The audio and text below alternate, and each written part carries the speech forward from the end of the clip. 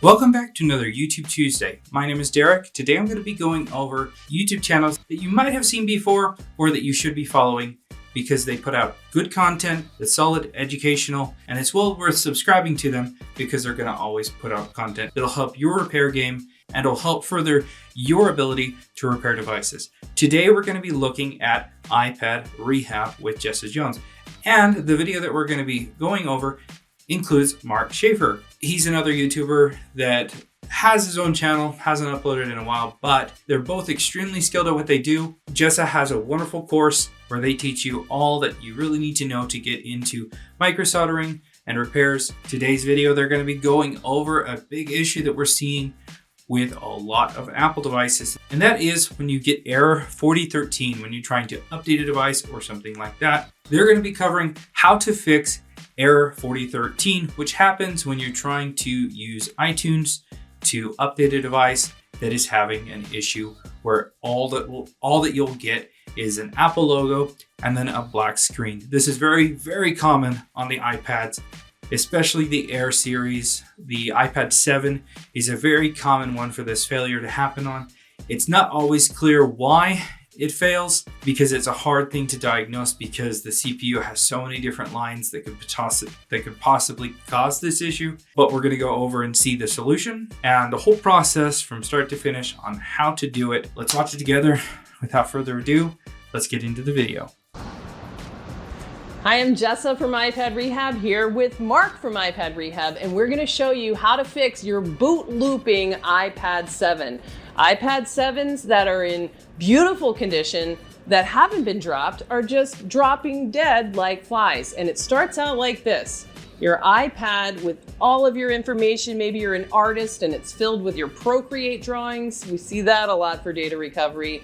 All of a sudden, Apple logo, and then it just goes to a black screen. If you put this iPad in recovery mode and you try to update the software with iTunes, it fails with error 4013.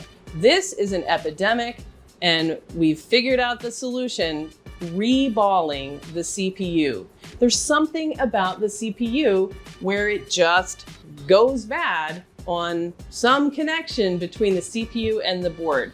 The solution is to lift off that double layered CPU, make new tiny little solder balls, clean up all of the underfill, and then solder it back on the board. And Mark, our CPU specialist, is going to show you how to do that right now. So get ready to enjoy the Zen art of CPU reballing with Mark to fix your iPad 7. Okay, so we've got the board in the board holder, and first step is remove the CPU. The CPU is the brain of the device, and it must function in order to decrypt the user data stored in the NAND. Each CPU is unique to each mobile device that's storing protected data. Moving the CPU or reinstalling it is more art than science, and each artist uses their own palette of temperature, times, nozzle, and pressure that's developed through practice. Mark and I use different temperatures to do this exact same job on this exact same station. Each artist must find their way to their own signature style through consistent practice.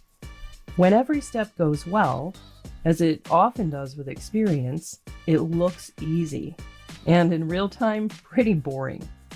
CPU rework is always detailed, it's always tedious. The artist goes into a Zen-like trance, examining each edge, each pad, each ball, one by one, step by step, to ensure precision and perfection. The process can take maybe an hour or two, or it can take all day to troubleshoot if there's problems. The recipe to learning successful CPU rework is simple. The magic is practice. Practice with a large stack of Boards that are not important to anyone, that don't have data on them. Some time and some patience and commitment to practicing. You really need to take your time and not damage the CPU or the board. Perfectly. You may notice that I'm missing some little capacitors here on the bottom of the CPU, but they're not important. We'll just throw some green UV mask over those a little bit later, and it'll be fine. We'll keep the two that are still on there. So now the next step is removing the glue from the CPU and the board. To do that, I'm gonna have the CPU in the universal board holder available at iPadRehab.store. I'm gonna be removing the glue with our iPad Rehab Dumont tweezers. Now, it's extremely important that you take your time and not damage the bottom of the CPU. And if any of those capacitors are giving you trouble, just remove them. It's not really necessary. Okay, so that went well. Next step is to reball the CPU. But first, I'm going to use some of the green UV curable solder mask to cover up the pads where the capacitors used to be on the bottom of this chip. Now, if the capacitors make it through the cleaning process, when I'm cleaning the bottom of the chip, then I'll keep them on there. But if they give me any trouble at all, they're gone. And it doesn't cause any problem at all. It's important that you cover up the area, but you don't have them too tall. You don't want it to be too tall so that it creates a pivot point. He's also using a 138 solder paste. That's kind of low. I would recommend like a 183 solder paste for a CPU, just because of how hot it gets. So that went well. CPU is now reballed. The balls are consistent, which is what we're looking for. Nobody's too big, nobody's too small. The stencil I've been using, I'm not convinced it's the best option, so we're going to be trying out some new stuff. I think there are some better options out there particularly for CPU reballing. So keep an eye on the website. Our recommendation may be changing.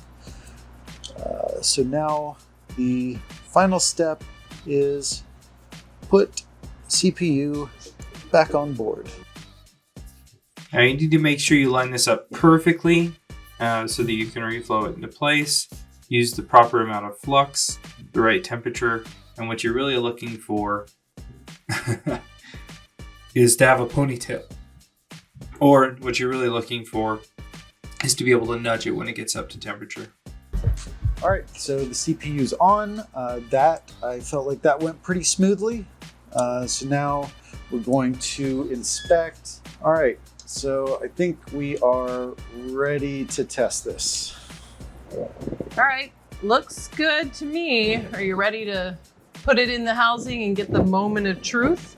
Let's find out if you were able to cure that boot loop with CPU reball. Oh, man, plugging these things in is awkward when I'm not doing it under a camera. I'm pretty sure that plugging those things in is just about as hard as reballing the CPU.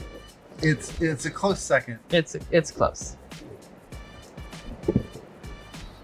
And the All right. third hardest would be finding the battery screw after it falls Locating on the the floor. battery screw. Yes, knowing where the battery screw is when you're ready to test. That's a tough one.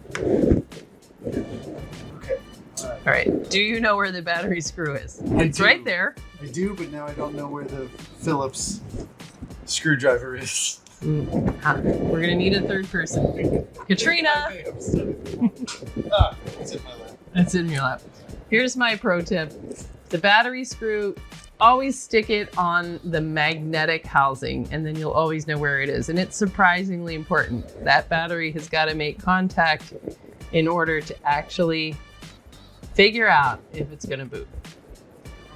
Before you lay that down, let me plug it in. Okay. I think I'm just gonna hold it.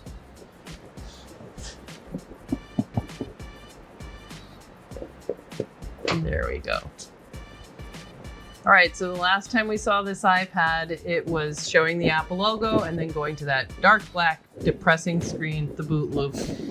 It's already staying on longer. It's pretty satisfying to see that Apple logo. So at least you're back to how you were. Let's see. Ooh, I see it brightening up. That's what I like to see. I like to see that.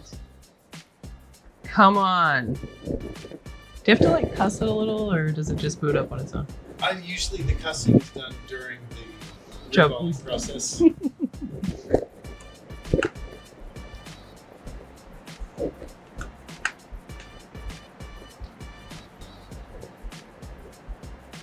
we go.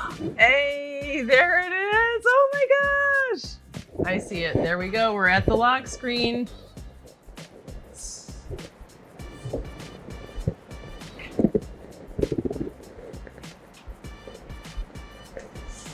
All right. Awesome! We are back and all of that artwork is saved. There you go. iPad 7. Sudden death. Boot looping for no reason. Fails to update or restore with error 4013.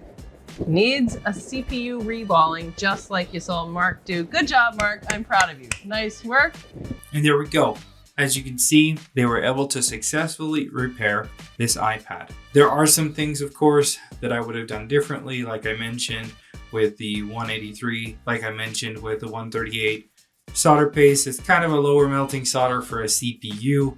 I would definitely recommend something like a 183 instead of 138, but just in my opinion, it's not always the best solder to use for a component that's going to see a lot of temperature like the CPU does.